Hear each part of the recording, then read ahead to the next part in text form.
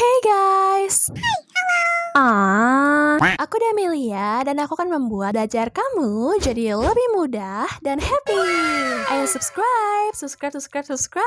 Oke. Terima kasih. Enjoy videonya. Oke. Kemudian di sini kita akan belajar mengenai tabel routing. Apa sih tabel routing itu? Jadi tabel routing merupakan tabel yang sudah saya bilang sebelumnya, di mana tabel ini merupakan kombinasi atau kumpulan dari alamat-alamat IP, sumber atau pengirim, dan juga penerima atau tujuan. Jadi ketika si sumbernya ini ngirimin data ke si tujuannya, pasti dia juga punya alamat IP dong ya kan, karena ini juga routing itu menggunakan IP ya teman-teman ya. Nah dia berdasarkan IP nih. Oke, dia koneksinya menggunakan IP address. Nah, di sini mempunyai IP, di sini mempunyai API, nanti IP-IP-nya akan ditaruh di namanya tabel routing. Tabel routing itu dibagi menjadi dua, teman-teman. Ada yang directly connected atau terhubung langsung, ada yang tidak terhubung langsung atau indirectly.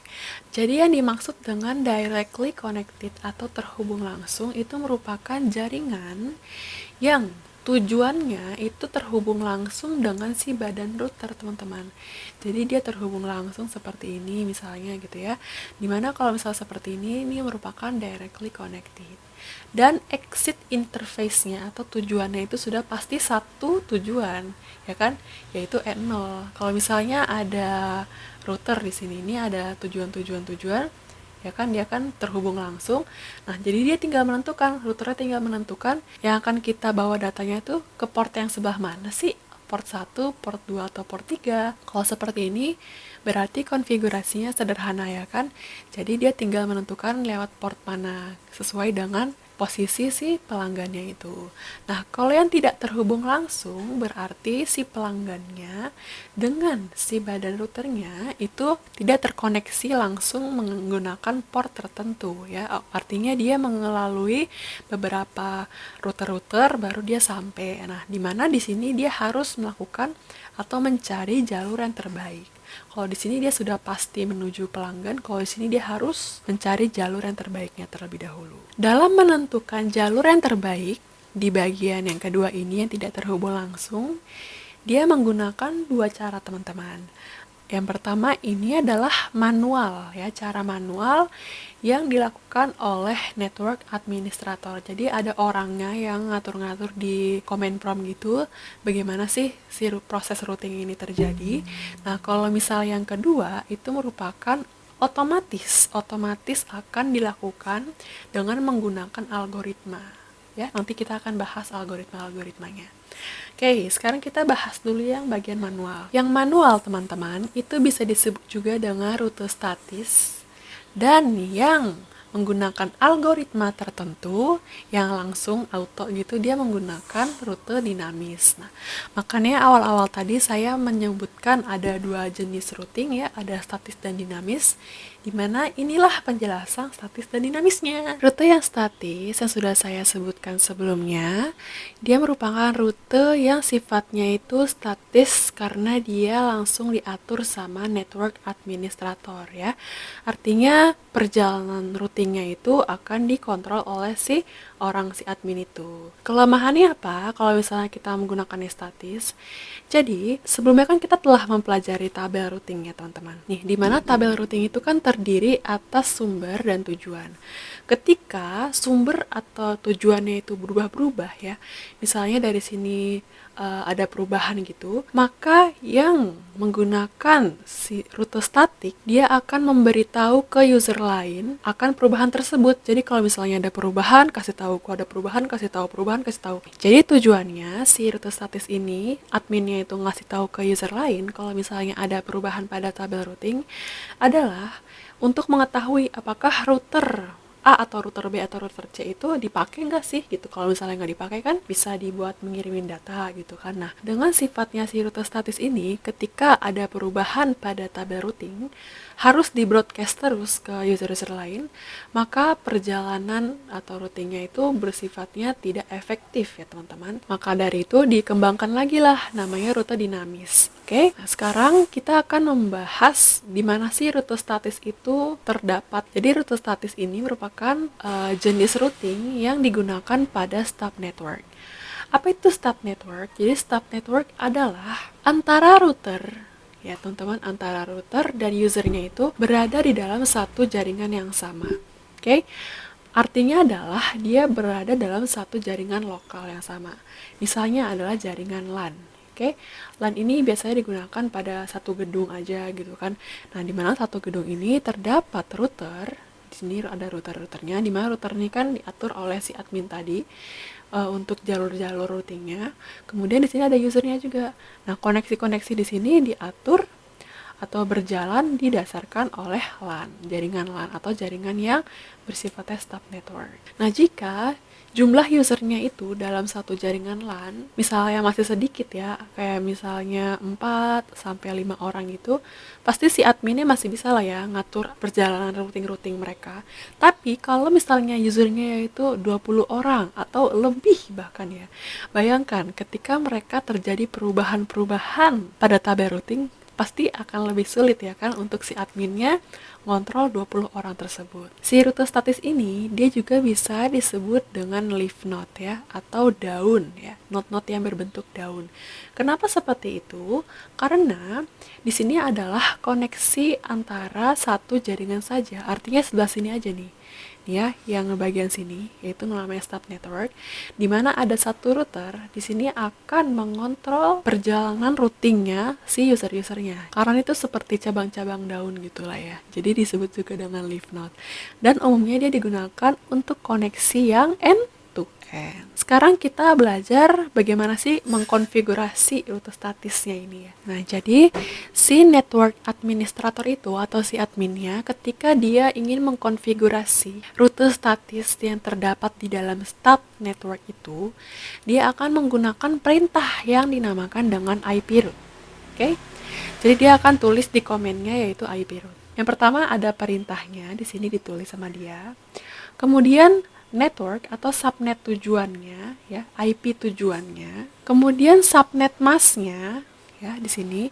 Lalu di sini adalah pengirimnya atau si rutenya ya, routernya. Jadi dia menuliskannya seperti ini. Ada 4 hal yang penting dalam si penulisan IP route ini.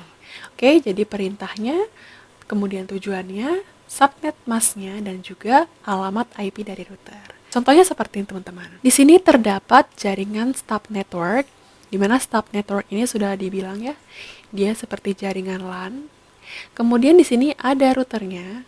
Routernya itu mempunyai address 172.16.21.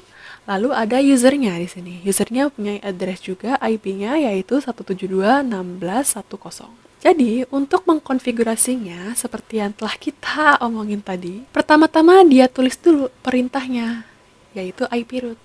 Kemudian dia tulis alamat atau network si tujuannya, yaitu usernya seperti ini ya. 172.16.10. Oke, kita pastikan, kita balik. Nah, ya kan 172.16.10.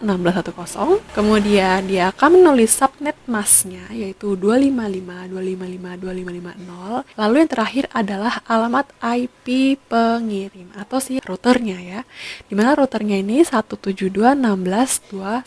Kita lihat di sini 172.16.21. Oke, ketika si admin itu pengen menghubungkan antara jaringan-jaringan di dalam si sub networknya, jadi konfigurasinya seperti itu. Ini fine-fine aja kan kalau misalnya usernya itu dikit. Kalau misalnya usernya banyak dan dia saling-saling berkirim data, copot dah tuh jari ya kan. Makanya dibuatlah rute yang sifatnya dinamis, pakai algoritma supaya lebih cepat. Di dalam rute statis ini dia disebut juga dengan rute yang bersifat unidirectional karena dia dimulai dari sisi lawan ya, atau sisi tujuan. Jadi habis menuliskan perintah, di sini langsung tujuannya tuh mau kemana gitu. Makanya dia ditulis unidirectional. Kemudian di sini ada default route ya. Jadi ketika si router ini tidak mengetahui mana sih sumbernya, mana sih tujuannya, jadi dia nggak tahu sama sekali dia pengen ngirim data itu kemana dan dari siapa gitu ya, maka dia akan menggunakan default route ya, namanya default route forwarding. Dimana di sini akan dituliskannya seperti ini. Pertama perintahnya dulu IP route, kemudian tujuannya karena dia nggak tahu misalnya kemana, maka defaultnya itu ditulisnya 0000 gitu ya. Ini adalah defaultnya. Kemudian untuk subnet masknya, karena dia juga nggak tahu gitu ya, maka ditulis juga 0000. Barulah di sini dia tulis alamat dari si network yang sebelumnya atau yang sebelah sini. Ini akan digunakan ketika dia tidak mengetahui mana sih sumbernya dan juga mana sih yang akan dituju. Oke, teman-teman bisa baca di sini tadi yang telah kita pelajari. Jadi apa sih keuntungan ketika kita menggunakan rute yang bersifat statis? Yang pertama di sini jalur routingnya mudah terdeteksi. Ya iyalah ya kan? Karena dia kan skalanya kecil ya, hanya di jaringan itu aja, ya kan, di jaringan LAN.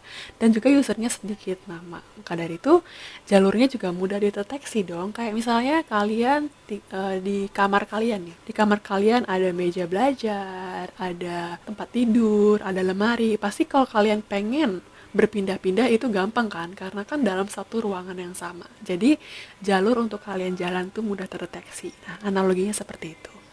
Kemudian dia juga tidak membutuhkan proses update routing. Kenapa tidak membutuhkan? Karena si routing table ini akan di broadcast ke masing-masing user setiap ada perubahan. Jadi dia bersifatnya manual, tidak di-update seperti si dinamis. Dan juga dia mudah dikonfigurasi untuk network yang kecil. Tetapi kerugiannya seperti apa? Nah, kalau misalnya dia dipakai untuk network yang skalanya besar ya, seperti WAN gitu-gitu, pasti dia tidak cocok ya kan? Bisa keriting tuh tangan si adminnya ya kan, ngetik-ngetik IP route. Nah, kemudian dia juga tidak dapat beradaptasi terhadap penambahan router. Dan juga kalau ada link failure atau kesalahan ya pada saat pengirimannya itu, dia juga tidak dapat beradaptasi karena dia tidak mengetahui nih ketika dia mengirimkan ya konfigurasinya itu si IP route-nya supaya bisa terkoneksi, dia tidak tahu nih apakah ini benar-benar linknya itu benar-benar berhasil atau gagal sebelum dia nyampe dan mendapatkan notifikasi. Jadi sebelum dia dikirim dia nggak tahu. Maka dari itu dia tidak dapat beradaptasi atas munculnya si link fail. Ini merupakan penjelasan-penjelasan tentang rute yang sifatnya statis.